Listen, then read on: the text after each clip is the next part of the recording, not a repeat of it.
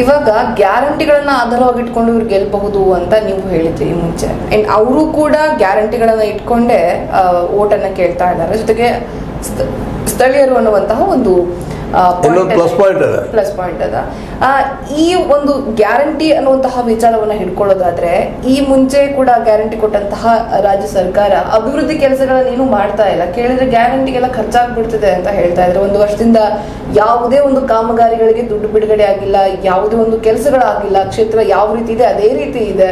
ಹೀಗಾಗಿ ಈ ಲೋಕಸಭೆ ಕ್ಷೇತ್ರಗಳಲ್ಲೂ ಕೂಡ, ಈ ಲೋಕಸಭೆ ಚುನಾವಣೆಯಲ್ಲೂ ಕೂಡ ಒಂದು ವೇಳೆ ಕಾಂಗ್ರೆಸ್ನ ಗ್ಯಾರಂಟಿಯನ್ನು ನಂಬಿ ಜನ ಓಟ್ ಹಾಕಿದ್ರೆ ಮತ್ತೆ ಆಸ್ ಇಟ್ ಈಸ್ ಇರುತ್ತೆ, ಲೋಕಸಭಾ ಕ್ಷೇತ್ರ ಕೂಡ ಅದೇ ರೀತಿ ಒಂದು ಪರಿಣಾಮವನ್ನು ಎದುರಿಸುತ್ತೆ ಸರ್.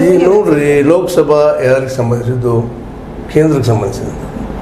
ಕೇಂದ್ರದಿಂದ ಏನು ತರಬೇಕಾಗ್ಯದ ಅಲ್ಲಿ ತೊಗೊಂಡು ಬಂದ್ರೆ MP ಅವರು, ನಂತರ ಕಿವಿ ಹಿಂಡಿ ರಾಜ್ಯ ಸರ್ಕಾರ ಕೇಳಲಿಕ್ಕೆ ಬರ್ತಾರೆ. ಇವರು ರಾಜ್ಯ ಸರ್ಕಾರಕ್ಕೆ ಸಂಬಂಧಿಸಿದವರಲ್ಲ, ನಮಗೆ ಸಂಬಂಧಿಸಿದವರು ಶಾಸಕರು. ಕೇಂದ್ರ ಸರ್ಕಾರ ಸಂಬಂಧಿಸಿದ್ರಿಂದಾಗೆ ಕೇಂದ್ರದ ಏನು ಸ್ಕೀಮ್ಗಳಿರ್ತಾವೆ ಮತ್ತೆ ತಂದು ಅದ್ರಲ್ಲಿ ಸ್ಟೇಟ್ ಗೌರ್ಮೆಂಟ್ ಪಾಲು ಇರ್ತದೆ, ಆ ಪಾಲನ್ನು ತೊಗೊಳ್ಳುವಂಥ ಸಾಹಸ ಮಾಡಬೇಕಾಗ್ತದೆ. ಅವ್ರು ತರುವವರೆಗೆ ನಾವೇನು ಹೇಳಲಿಕ್ಕೆ ಆಗೋದಿಲ್ಲ. ಮತ್ತು ಈಗಾಗಲೇ ಸಿದ್ದರಾಮಯ್ಯನವರಂತೆ ಸ್ಪಷ್ಟವಾಗಿ ಹೇಳಿಬಿಟ್ಟಿದ್ದಾರೆ, ನಾವು ಈಗಾಗಲೇ 50,000 to 60,000 ಕೋಟಿ ರೂಪಾಯಿ ತೆಗೆದಿರ್ತೀವಿ ಗ್ಯಾರಂಟಿಗೆ. ಅದನ್ನು ಬಿಟ್ಟು 68,000 62,000 ಕೋಟಿ ರೂಪಾಯಿ ಮೋಸ್ಟ್ಲಿ ಅಷ್ಟು ದುಡ್ಡು ನಾವು ಅಭಿವೃದ್ಧಿ ಈಗಾಗಲೇ ತೆಗೆದಿಟ್ಟಿದ್ವಿ. ಮತ್ತು ಈಗಾಗಲೇ ಒಂದು ಅತೃಪ್ತ MLAಗಳಿಗೆ ಪ್ರತಿಯೊಬ್ಬರಿಗೂ 25 ಕೋಟಿ ರೂಪಾಯಿ ಕೊಟ್ಟಿದ್ದಾರೆ. ಇನ್ನು ಅಭಿವೃದ್ಧಿ ಅಂತಂದ್ರೆ ಏನು ಇಲ್ಲ ಪ್ರಶ್ನೆ ಮಾಡ್ಕೊಳ್ಳೋದು ನಮ್ಮನ್ನು ಅಂದ್ರೆ, MLAಗಳಿಗೆ ನಾವು ಸಫಿಷಿಯೆಂಟಾಗಿ ನಿಮ್ಮ ಏರಿಯಾದಲ್ಲಿ ರೋಡ್ಗಳಾಗಲಿ ಮತ್ತು ತೋಳ್ರಪ್ಪ ಅಂತ ಕೊಟ್ಟು ಅವ್ರ ಅಭಿವೃದ್ಧಿ ಮಾಡುವಂಥದ್ದು ಅಂತ ಒಂದು ಪ್ರಶ್ನೆ ಅದ. ಅವ್ರು ಎಷ್ಟು ಮಟ್ಟಿಗೆ ಅದನ್ನು ಮಾಡಿದ್ರೆ ಈಗಾಗಲೇ ನೀವು ನೋಡಿದ್ರಿ ಕೇಳಿದ್ರಿ, ಎಲ್ಲ ಪಾರ್ಟಿಯಿಂದ ಇದು ಎಲ್ಲರೂ 40% 50% ಯೂಸ್ ಮಾಡುವಂಥ ಅದ. ಅಂಥ ಅಭಿವೃದ್ಧಿ ಬೇಕಾ ನಮಗೆ ಅನ್ನೋಂಥ ಒಂದು ಪ್ರಶ್ನೆ ಇಲ್ಲದ. ಬಟ್ ಅಭಿವೃದ್ಧಿಗೆ ದುಡ್ಡು ಇಲ್ಲ ಅಂತ ಇವ್ರು ಎದುರಾಗ BJPಗೆ ಹೇಳ್ತಾ ಇದ್ದಾರೆ, ಆದ್ರೆ ನಾವು ಬಿಟ್ಟದ್ದು ಅಂತ ಅವ್ರು ಹೇಳ್ತಾ ಇದ್ದಾರೆ. ಇವರಿಬ್ಬರು ಸತ್ಯ ಹೌದಾ? ಯಾಕಂದ್ರೆ ಇವತ್ತು ನಮ್ಗೆ ಇನ್ಫಾರ್ಮೇಷನ್ ಆ್ಯಕ್ಟ್ದಾಗ ಏನೋ ಕೇಳಿದ್ರು ಸರಿಯಾಗಿ ಇನ್ಫಾರ್ಮೇಷನ್ ಬರೋದಿಲ್ಲ. ಇವತ್ತು ರಾಜ್ಯ ಸರ್ಕಾರದ ಇರ್ಬೋದು, ಕೇಂದ್ರ ಸರ್ಕಾರದ ಇರ್ಬೋದು. ನೀವು ಯಾವ ಆಧಾರ ಮೇಲೆ ಹೇಳ್ತೀರಿ? ಕೇಂದ್ರದವ್ರು ಹೇಳ್ತಾರೆ ಅಂಕಿ ಸಂಖ್ಯೆಗಳು ಏನೋ ಕೊಡ್ತಾರೆ, ಇವರೊಂದು ಅಂಕಿ ಸಂಖ್ಯೆ ಕೊಡ್ತಾರೆ. ಇವರಿಬ್ಬರಿಗೆ ಯಾವ ಅಂಕಿ ಸಂಖ್ಯೆ ಸರಿ ಅನ್ನೋ ಸಹಿತ ಅಷ್ಟೇ ಕಷ್ಟ ಅದ. ಓಕೆ, ಇವಾಗ ಒಂದ್ ವೇಳೆ ಮೃಣಾಲ್ರವರು ಅಥವಾ ಜಗದೀಶ್ ಶೆಟ್ಟರ್ ಅವರು ಯಾರು ಬರ್ತಾರೋ ಗೊತ್ತಿಲ್ಲ, ಆದ್ರೆ ಬೆಳಗಾವಿ ಲೋಕಸಭಾ ಕ್ಷೇತ್ರದಲ್ಲಿ ಯಾವ್ಯಾವ ಕೆಲಸಗಳು ಆಗ್ಬೇಕಾಗಿದ್ದಾವೆ ಇನ್ನು ಅಂತ ನಿಮ್ಮ ಗಮನಕ್ಕೆ ಬಂದಿತ್ತು? ನೋಡ್ರಿ, ಮೊದಲನೇದಾಗಿ ಸ್ಮಾರ್ಟ್ ಸಿಟಿ ಮಾಡ್ತಂತ ಹೇಳಿದ್ರು ಕೇಂದ್ರದವರು, ಇಲ್ಲಿವರೆಗೆ ಆಗಿಲ್ಲ. ಖರ್ಚು 900 ಕೋಟಿ ಸಮಥಿಂಗ್ ಆಗಿದೆ ಅಂತ ಹೇಳ್ತಾ ಇದ್ದಾರೆ. ಅದು ಎಲ್ಲಿದೆ, ಯಾವ ಹಂತಕ್ಕದ ಅವರು ಹೇಳಬೇಕು ಬಂದೀಗ.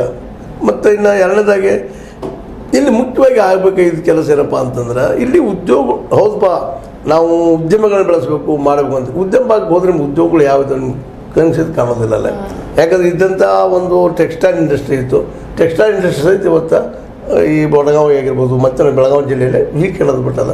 ಅಲ್ಲೇ ನೇಕಾರಿಕೆಯನ್ನು ನಂಬಿ ಬದುಕುವಂಥವ್ರು ಜನರ ಬದುಕು ಏನಾಗಿತ್ತಪ್ಪ ಇವತ್ತಂದ್ರೆ ಒಂದು ರೀತಿ ಕೂಲಿಗಳಾದಂಗೆ ಆಗಿಬಿಟ್ಟಿದ್ದಾರೆ. ಬದುಕು ಸಹಿತ ಕಷ್ಟ ಆಗಿಬಿಟ್ಟದ ನೇಕಾರನವ್ರದ್ದು. ಇನ್ನು ಅಗ್ರಿಕಲ್ಚರ್ ಬಗ್ಗೆ ಬಂದಾಗ ಇವತ್ತು ಸಹಿತ ಆತ್ಮಹತ್ಯೆಗಳು ಇರ್ತಾ ಇಲ್ಲ.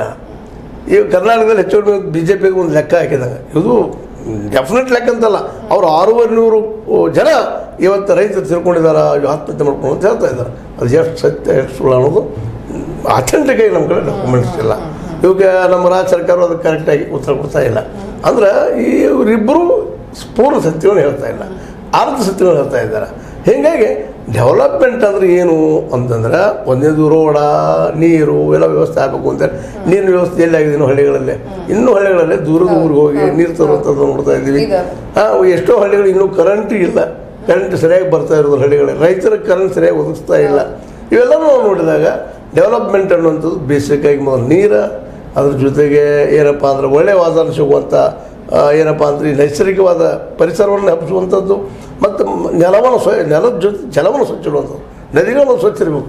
ಇವತ್ತು ನಮ್ಮ ನದಿಗಳು ನಿಧಾನಕ್ಕೆ ಕಾಡನ್ನು ಕೆಡೋದ್ರಿಂದಾಗಿ ಗಟರಾಗಿ ಪರಿವರ್ತನೆ ಆಗಲಾಗಿರ್ತದೆ, ಕುಡಿ ನೀರು ಸಹಿತ ಕೆಡ್ತಾ ಇದ್ದಾವೆ.